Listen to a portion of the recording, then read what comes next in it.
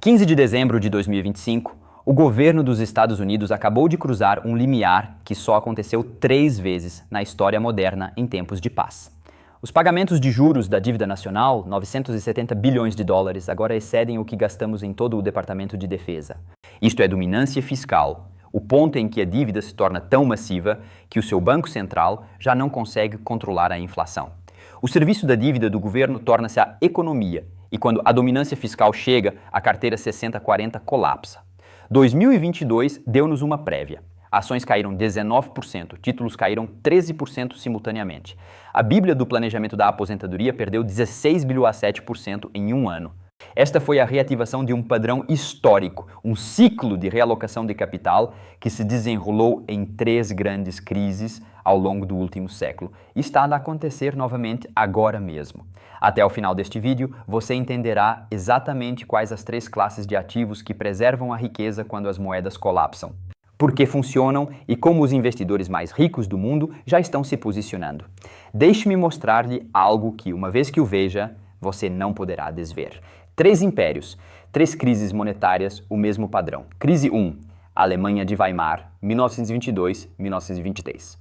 No início de 1922, 160 marcos alemães compravam $1. Em novembro de 1923, menos de 2 anos depois, 4,2 trilhões de marcos compravam $1. O governo alemão imprimiu dinheiro a uma taxa exponencial para pagar as reparações da Primeira Guerra Mundial. O valor do marco não diminuiu, evaporou. As pessoas corriam para as padarias durante as pausas para o almoço porque, no final do dia de trabalho, os seus salários não conseguiam comprar pão. As notas de banco tornaram-se papel de parede, literalmente. Mas o que importa é isto: o mercado de ações alemão realmente subiu em termos nominais durante a hiperinflação. E ainda assim faliram porque os preços das commodities subiram mais rápido do que os preços das ações. O poder de compra desses ganhos nominais era uma ilusão. Quem sobreviveu? Aqueles que possuíam ouro físico. Aqueles que possuíam moeda estrangeira lastreada em ouro. Aqueles que possuíam terras agrícolas que produziam alimentos reais. Crise 2, estagflação nos Estados Unidos na década de 1970. A inflação acelerou de 5% para mais de 25% até 1975. Os preços do petróleo quadruplicaram após o embargo árabe de 1973. Os preços do trigo triplicaram, os preços do milho quase triplicaram, os preços da soja quadruplicaram. A carteira 60-40 foi esmagada. Os títulos perderam valor à medida que a inflação corroía os pagamentos fixos. As ações de crescimento colapsaram à medida que o aumento das taxas de desconto destruía a avaliação. Quem sobreviveu? O ouro entregou retornos anuais reais de 22,1% ao longo da década. As terras agrícolas do veraneio valorizaram 438% em termos nominais de 1970 a 1980. Mesmo considerando a inflação, isso representou uma valorização real massiva. As ações de energia registraram retornos reais médios de 12,9% anualmente. As ações de valor e as empresas industriais com ativos tangíveis e poder de precificação superaram as ações de crescimento por uma margem esmagadora, porque podiam repassar os aumentos de custos aos clientes. Crise 3, Argentina, 1991-2002.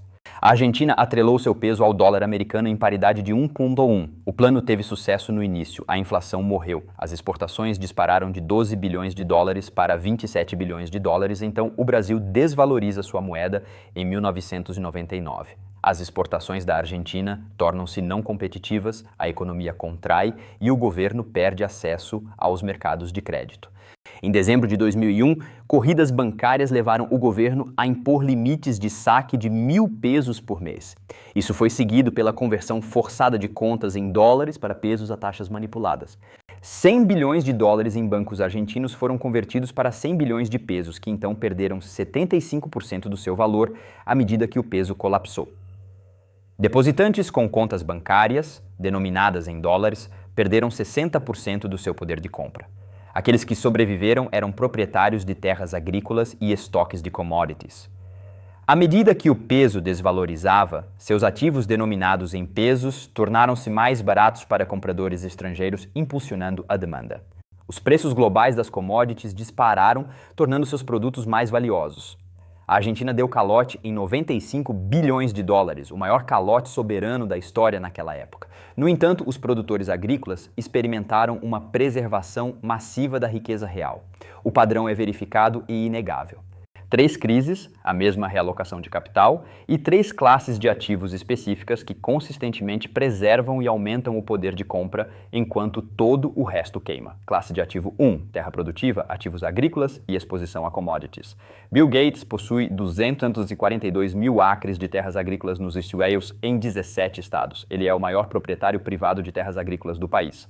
Por que as terras agrícolas são uma proteção sistemática contra a depreciação da moeda quando o dólar enfraquece? As commodities agrícolas dos IES tornam-se mais competitivas nos mercados estrangeiros, impulsionando as exportações e os preços para cima. As culturas que a terra produz valorizam em termos nominais, mas, mais importante, valorizam em relação à moeda em desvalorização. De 1970 a 2019, os retornos das terras agrícolas exibiram correlação positiva com a inflação. Durante a década de 1970, o spread médio das terras agrícolas sobre a inflação do IPC foi de 11,1% anualmente. Isso significa que, enquanto os preços subiram 11% devido à inflação, as terras agrícolas valorizaram um adicional de 11% em termos reais. Verdadeira preservação do poder de compra, mesmo nas últimas décadas. De 2000 a 2009, o spread das terras agrícolas sobre a inflação foi de 7,6%. De 2010 a 2019, foi de 4,8%. Isso não é cíclico, é estrutural. O aumento das commodities na década de 1970 fornece o modelo. As compras massivas e inesperadas de grãos pela União Soviética no início da década de 1970 estimularam a demanda mundial. As exportações mundiais de trigo saltaram 29% apenas entre 1971 e 1972. A produção não conseguiu acompanhar o ritmo. A pesca de anchovas peruana falhou em 1972, reduzindo os estoques de ração de alta proteína para o gado e fazendo com que os preços da soja explodissem. E o dólar desvalorizou quase 30% até o final da década, depois que Nixon encerrou a conversibilidade do ouro em 1971. Os produtores agrícolas experimentaram uma valorização tripla: preços nominais mais altos, preços reais mais altos e dinâmicas cambiais favoráveis, fazendo as exportações dispararem. O mesmo mecanismo opera hoje. O índice do dólar caiu aproximadamente 10% em relação ao seu pico de 2022. A dívida governamental excede 35 trilhões de dólares. Terras agrícolas não são uma aposta, são uma proteção matemática. Classe de ativos 2, ouro e ativos monetários não soberanos. Alemanha de Weimar, novembro de 1923. O governo imprimiu marcos. Enquanto a quantidade nominal se expandia de 29 bilhões para 400 quintilhões, a oferta global de ouro, limitada pela capacidade física de mineração e pela realidade geológica, disparou proporcionalmente ao colapso do marco. Não foi porque o ouro se tornou mais útil, mas porque o governo não podia imprimir ouro para igualar a oferta monetária. O valor do ouro é independente da política governamental. Quando os governos desvalorizam sua moeda, o poder de compra relativo do ouro aumenta automaticamente. A década de 1970 confirmou isso. O ouro subiu de 35 dólares por onça para 455 dólares até o final da década, um aumento de 13 vezes. Hoje, o ouro ultrapassou 4 mil dólares por onça em 2025, subindo mais de 20% desde meados de agosto. Mas aqui está o sinal que importa. Os próprios bancos centrais estão acumulando ouro no ritmo mais rápido em meio século. De 2022 a 2024, as compras líquidas de ouro pelos bancos centrais mais que dobraram, superando 1.000 toneladas anualmente. Este aumento é impulsionado pela Ásia, China, Índia, Japão e mercados emergentes em geral. Somente em agosto de 2025, os bancos centrais adicionaram 19 toneladas às reservas globais. O Banco Nacional da Polônia adicionou 67 toneladas até o final de agosto, tornando-se o maior comprador no acumulado do ano. Por quê? Diversificação de reservas. A participação do dólar nas reservas cambiais globais diminuiu de 65% há uma década para menos de 58% hoje. Os bancos centrais estão explicitamente reduzindo as suas participações em títulos do Tesouro do ZEUA, enquanto aumentam as reservas de ouro. Isso não é especulação. É o reconhecimento institucional de que o papel do dólar como único ativo de reserva. Os fluxos de entrada de ETFs de ouro físico atingiram níveis recordes em setembro de 2025. ETFs de ouro globais registraram seu maior fluxo de entrada mensal e o trimestre mais forte já registrado, com 26 bilhões de dólares. O ouro não gera fluxos de caixa, não produz dividendos. Seu valor deriva de uma coisa, é uma reserva de poder de compra, independente da credibilidade governamental. Em um ambiente onde a dívida governamental é matematicamente insustentável e a independência do Banco Central é questionada, essa propriedade se torna inestimável. Classe de ativos 3. Ações de valor com ativos tangíveis e poder de precificação. Nem todas as ações são criadas iguais. Em ambientes de crise, ações de crescimento, empresas de tecnologia com lucros atuais zero e promessas de lucros futuros massivos colapsam quando a inflação aumenta. Suas avaliações dependem inteiramente de fluxos de caixa que ocorrerão muito no futuro. Quando as taxas de desconto dobram, o valor presente desses lucros futuros é cortado pela metade. É matemática. 2022 demonstrou isso brutalmente. As ações de tecnologia caíram 31,5%. A Meta Platforms despencou 64,2%. Mas as ações de valor, empresas com ativos tangíveis e geração de caixa de curto prazo e poder de precificação superam dramaticamente. Empresas de valor geram a maior parte de seus fluxos de caixa agora, não em 2030. Quando a inflação aumenta, elas são menos afetadas negativamente por taxas de desconto mais altas. E, crucialmente, empresas com ativos tangíveis e poder de precificação podem repassar os aumentos de custos aos clientes, mantendo as margens de lucro reais. As ações de energia fornecem o exemplo mais claro. Suas receitas estão diretamente ligadas aos preços da energia. Durante ambientes de alta inflação, as ações de energia superaram a inflação 74% das vezes, entregando retornos reais médios de 12,99% anualmente. Fundos de investimento imobiliário com propriedades operacionais e contratos de arrendamento que permitem aumentos de aluguel também têm bom desempenho. Os rates de ações superaram a inflação 66% das vezes, registrando retornos reais médios de 4,7%. Quando os contratos de arrendamento de escritórios ou industriais incluem cláusulas para aumentos de aluguel vinculados a índices de inflação, as receitas dos rates aumentam automaticamente à medida que a inflação acelera, protegendo a renda real. De 1928 em diante, as ações de valor superaram as ações de crescimento em uma taxa anual média de 4,5% durante episódios inflacionários. Essa diferença se amplia dramaticamente. Em 1974, durante o choque do petróleo, as ações de valor de pico entregaram retornos positivos, enquanto as ações de crescimento colapsaram. Hoje, as mesmas dinâmicas estão ressurgindo. Aquisições alavancadas de private equity com altos níveis de dívida enfrentam vulnerabilidade aguda. Com as taxas de juros dobrando em relação aos mínimos da pandemia, os juros em dinheiro e os impostos consomem quase 100% do EBITDA para muitas empresas. Enquanto isso, ações de valor com alavancagem mínima, ativos produtivos tangíveis e poder de precificação em bens essenciais estão posicionadas para preservar e aumentar o poder de compra. É aqui que conectamos a história ao momento presente. Os Estados Unidos, em 2025, exibem as mesmas características presentes antes de cada grande crise que analisamos. Indicador 1, limiar de dominância fiscal ultrapassado. Os pagamentos de juros da dívida nacional atingiram 970 bilhões de dólares no ano fiscal de 2025. Isso é quase o triplo dos 345 bilhões de dólares que pagamos em 2020. O Escritório de Orçamento do Congresso projeta que isso subirá para 1,8 trilhão de dólares anualmente até 2035. 1,8 trilhão de dólares, aproximando-se do dobro do que gastamos em defesa apenas para pagar a dívida existente. Isso é dominância fiscal. Quando o Fed aumenta as taxas para combater a inflação, os pagamentos de juros explodem, forçando o governo a pegar mais empréstimos, criando um ciclo vicioso.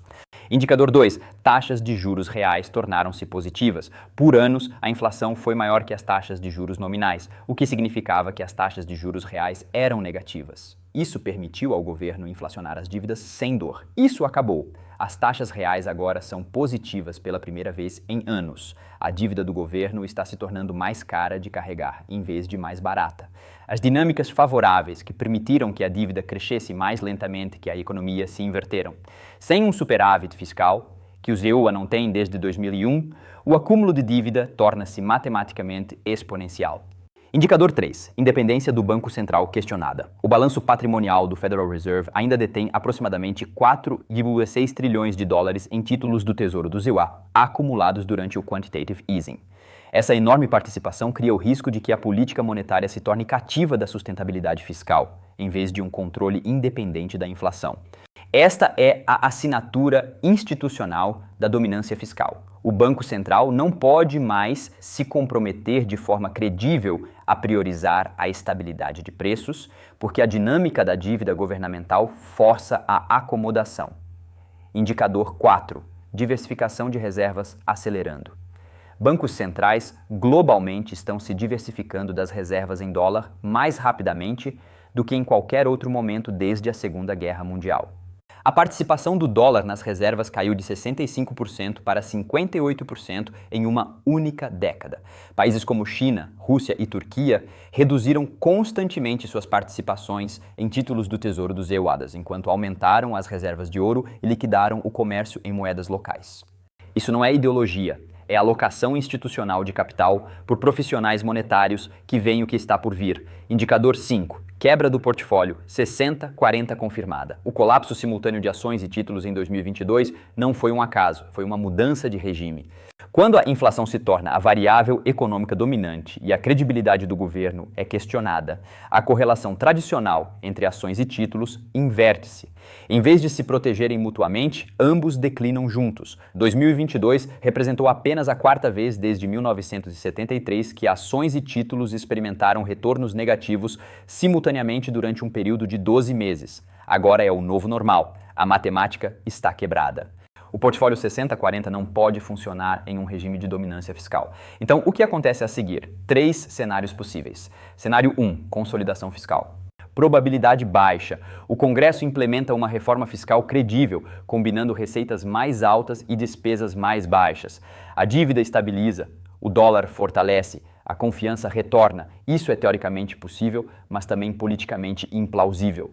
Cenário 2, repressão financeira. Probabilidade moderada. A moeda, em um lento declínio, deprecia-se gradualmente. As taxas de juros reais permanecem suprimidas abaixo das taxas de crescimento através de inflação controlada. O governo inflaciona lentamente as dívidas enquanto erode o poder de compra dos poupadores. Esta é a versão de aterrissagem suave da crise fiscal. É o que os britânicos tentaram após a crise da libra esterlina de 1906. É doloroso, mas gerenciável neste cenário. As 3 classes de ativos que identificamos ainda superam o mercado. Terras agrícolas valorizam-se com a depreciação da moeda, o ouro mantém o poder de compra e ações de valor com ativos tangíveis repassam os custos aos clientes. Cenário 3, crise aguda. Probabilidade crescente. A confiança na dívida governamental erode-se rapidamente, um evento desencadeador, choque geopolítico, rebaixamento da classificação soberana ou leilão do tesouro fracassado faz com que detentores estrangeiros se desfaçam de títulos. O dólar deprecia-se acentuadamente, a inflação acelera. O Fed enfrenta uma escolha impossível: aumentar as taxas e levar o governo à falência ou acomodar e destruir a moeda. Este é o caminho de Weimar, o caminho argentino, o padrão que documentamos 3 vezes no último século. Neste cenário, a realocação de capital torna-se uma debandada. Portfólios tradicionais experimentam perdas catastróficas. Apenas ativos tangíveis, alternativas monetárias e ações de valor com poder de precificação real preservam a riqueza. O padrão já está emergindo. Bill Gates acumulando acres de terras agrícolas não é especulação. É um posicionamento estratégico de um dos alocadores de capital mais sofisticados do mundo. Bancos centrais comprando toneladas de ouro anualmente, o dobro da taxa de acumulação anterior, não é tradição, é preparação institucional.